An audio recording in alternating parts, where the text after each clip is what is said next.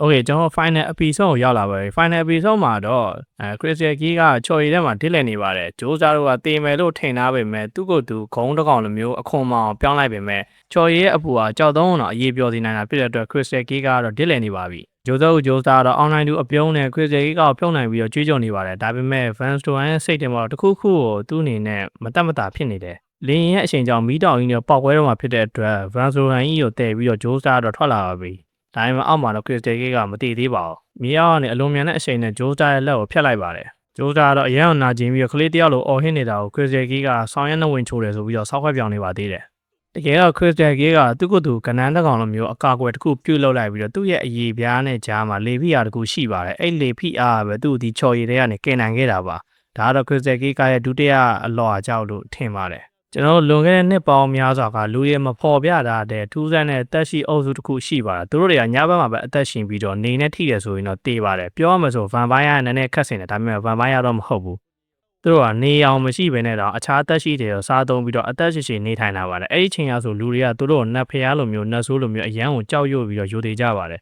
ဒါပေမဲ့သူတို့တွေကတဖြည်းဖြည်းမျိုးသုံးလာတယ်ဆိုပေမဲ့လူဦးရေနဲလာတဲ့အများတယောက်ရံမဖြစ်ဘဲနဲ့ရင်းကြမ်းနေထိုင်ခဲ့ပါတယ်ဒါပေမဲ့အဲ့ထဲမှာညံကြီးရှင်တယောက်မွေးဖွားလာခဲ့ပါတယ်ထိုညံကြီးရှင်ကပဲအကြောင်းမနာပုံတစ်ခုကိုဖန်တီးပြီးတော့တက်ရှိအားလုံးကိုစားပြီးတော့အသက်ရှင်ခဲ့ရပါတယ်သူ့အနေနဲ့နေအောင်အန်တုနိုင်ဖို့အတွက်အများကြီးစူးစမ်းခဲ့ရတယ်brother တို့လည်းသိရတဲ့အတိုင်းကျွန်တော်တို့လူမျိုးစုတစ်ခုပတ်ဝန်းကျင်တစ်ခုမှာတယောက်တည်းခြုံထွက်နေရဆိုထူလူကြည့်မရဘူးထူလူကကျွန်တော်ပတ်ဝန်းကျင်ဒုက္ခပေးနိုင်တယ်ဆိုပြီးတော့အမဲဝိုင်းပြကြပါတယ်ဒါပေမဲ့သူတို့ကပဲအကောင်လုံးလက်စတက်ပေးလိုက်ပြီးတော့နောက်ဆုံးမှာသူတို့ပဲရှင်ကြံခဲ့ပါတယ်ဒါတွေအားလုံးကနှစ်ပေါင်း1000လောက်ကြာတဲ့အချိန်မှာသူ့ရဲ့စွမ်းအင်ရတကယ်ပဲအစစ်မှန်ဖြစ်လာခဲ့ပါတယ်ဒီဂျုံနေနဲ့နောက်ဆုံးအချိန်ထိအရှုံးမပေးပဲ Hormone Overdrive နဲ့ Softcore ဖြတ်ကန်လိုက်ရဆိုပေမဲ့ Crystal Key ကရိုက်ချက်6တောက်ကြီးကျိုးပြီးတော့အဝတ်လွင်သွားပါပြီအဲ့လိုမျိုးရိုက်ချိုးလိုက်တဲ့အချိန်မှာဂျိုးဆက်ရဲ့ချက်တောက်မှာလည်း Hormone ပြန်ထိသွားပြီးတော့ဂျိုးဆက်အနေနဲ့တော်တော်ကြီးလန့်နေပါပြီလူတယောက်ပေါ်မှာ Hormone သုံးနိုင်တဲ့ Vampire အခုမှမြင်ဘူးတာမို့သူ့အနေနဲ့တော်ကြီးကိုစိုးရိမ်နေရပါတယ် Crystal Key ကနေသူ့မှာရှိတဲ့အစွမ်းနေအားလုံးကိုစုပြီးတော့ Hormone Overdrive နဲ့ဂျိုးဆက်ကိုစောက်ဝဲရိုင်းမှုလုပ်ပါတော့တယ်ထိုချိန်မှာပဲဂျိုးဆက်ကဘယ်ရမှန်းမသိတဲ့အထူးအေဂျာကြောင့်နဲ့ပြန်ပြီးတော့ကာလိုက်ပါတယ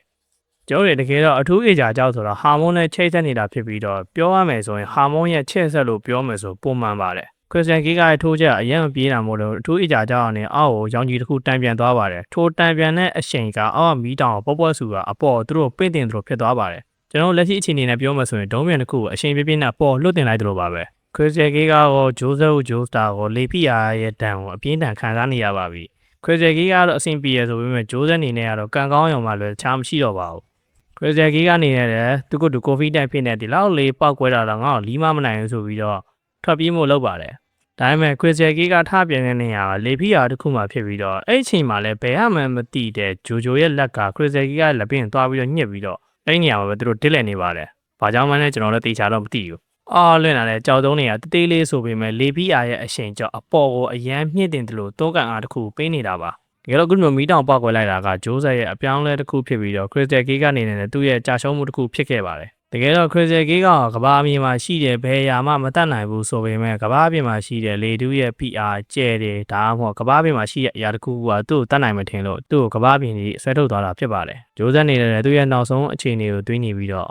့ငါလည်းဘာလို့နဲ့တရားတော့မှာပါလားဆိုပြီးတော့တွေးနေရင်းနဲ့ပဲကြောက်တော့ပါမှာပဲသူ့ရဲ့ဘဝကိုအဆုံးသတ်လိုက်ပါတယ်တကယ်တော့ကက်ပလီလေးပိုကိုလိုကိုမှာရှိတဲ့ဟေးယာဆိုတဲ့ stand ကဂျိုးဆက်မှာရှိနေတယ်လို့ကျွန်တော်အနေနဲ့မြင်ပါတယ်ဒါတော့ fact တစ်ခုပါဘာမှမဟုတ်ပါဘူး1993ဖေဖော်ဝါရီလ28ရက်မှာဂျိုးစတာဒီအိုင်ဆိုလာဒီဆိုတဲ့မီးတောင်မှာကွင်လွန်သွားပါပြီကဘာပြင်မှာရှိနေတဲ့ Crystal Key ကလည်းသူ့ရဲ့ကြောကောကနေကျွန်တော်ဂျက်တွေထုတ်ပြီးတော့ကဘာမီကိုလေတိုးကန်နဲ့ပြန်လာမှုလုပ်ပေမဲ့ကျွန်တော်တို့တည့်ရတိုင်း space မှာကအရန်ကိုအေးခဲနေပြီးတော့ဘယ်တက်ရှိမှမရှင်းတန်နိုင်ပါဘူး Crystal Key က importer ဖြစ်သွားတာဖြစ်တဲ့အတွက်သူ့အနေနဲ့ကဘာပြင်မှာလည်းမသိနိုင်ပါဘူးထာဝရအာကာသကြောက်တုံးအနေနဲ့ပဲအဲ့နေရာမှာပဲလွင်မျောနေတော့မှာပါ1993 April လနယူးယောက်မြို့ရဲ့အပြင်ဘက်မှာပါတင်ကြလေးတစ်ခုမှာ Joe Star ရဲ့ family တွေက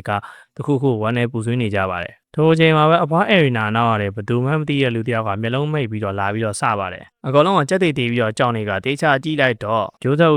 ကြီးဖြစ်နေပါတယ်သူလည်းသူ့ရဲ့တည်သွားတဲ့အုပ်ကူကိုပြန်ကြည့်ပြီးတော့ကြောင်တောင်ဖြစ်နေပါတယ်အကောင်လုံးကလည်းမင်းကဘာလို့အသက်ရှင်နေရလဲလို့မေးပါတယ်ထိုအချိန်မှာပဲဆူစီကီကနင်းကအခုမှပြန်ကောင်းသေးရလေဘာလို့တီးလာလဲဆိုပြီးတော့ထီးလေးချောင်းလာပေးပါတယ်တကယ်တော့ဂျိုးစတာနဲ့ဆူစီကီကလက်ထပ်လိုက်တာဖြစ်ပြီးတော့သူ့ရဲ့မိန်းမအနေနဲ့ပြန်လာတာဖြစ်ပါတယ်နင်းကဘာလို့ဒီကိုပြန်ရောက်လာတာလဲတကယ်တော့ဂျိုးစတာကကြောက်တော့ပုံကနေပျောက်ကြတော့ကမြေကြီးပေါ်မပျောက်ကြဘဲနဲ့ရေ ရေပေါ်ကျသွားတာဖြစ်တဲ့အတွက်ကြောက်တော့ကသူ့ကာပေးရလို့ဖြစ်ပြီးတော့သူအသက်ရှင်သွားတာပါစူဒီကူကလည်းသူအသက်ရှင်နေတာကိုဘယ်သူမှမပြောပြပဲထိန်ချန်တဲ့အတွက်ဂျိုးစားတော့ပေါက်ကွဲနေပါပြီဂျိုးစားတော့ကျင်းနှန်းစာကိုရေးပြီးတော့ပို့ပေးလိုက်ပေမဲ့စူဒီကူကတော့စာတိုင်းမပို့လိုက်ပါဘူးနောက်ဆုံးမှာတော့လီဒါအဲလီဇဘတ်ဂျိုးစတာကသူ့အမေပါလို့ဂျိုကိုပြောပြခဲ့ပါတယ်အဖွားအေရီနာကတော့1959သူ့အသက်82နှစ်မှာပဲဘေးမှာရှိတဲ့မိသားစုအများကြီးနဲ့ရင်းရင်းချမ်းလေးတည်ဆုံးသွားပါတယ်စပီရောကိုကြီးရတယ်1950နှစ်မှာသူလည်းအသက်89နှစ်ဖြစ်ပြီးတော့နှလုံးရောဂါနဲ့တည်ဆုံးသွားပါတယ်အကုန်လုံးကသူ့နေရာသူအလုပ်ကိုတည်ရှိပြီးတော့ဆုံးတဲ့လူတွေရတယ်ဆုံးပြီးတော့ဂျိုးစားကြီးကတော့အဖိုးကြီးရွယ်ရောက်လာပါပြီဂျိုးစားဂျပန်နေအရန်မုန်းတာဖြစ်ပြီးသူ့ရဲ့တူဦးတည်းသောသမီးလေးကဂျပန်လူမျိုးနဲ့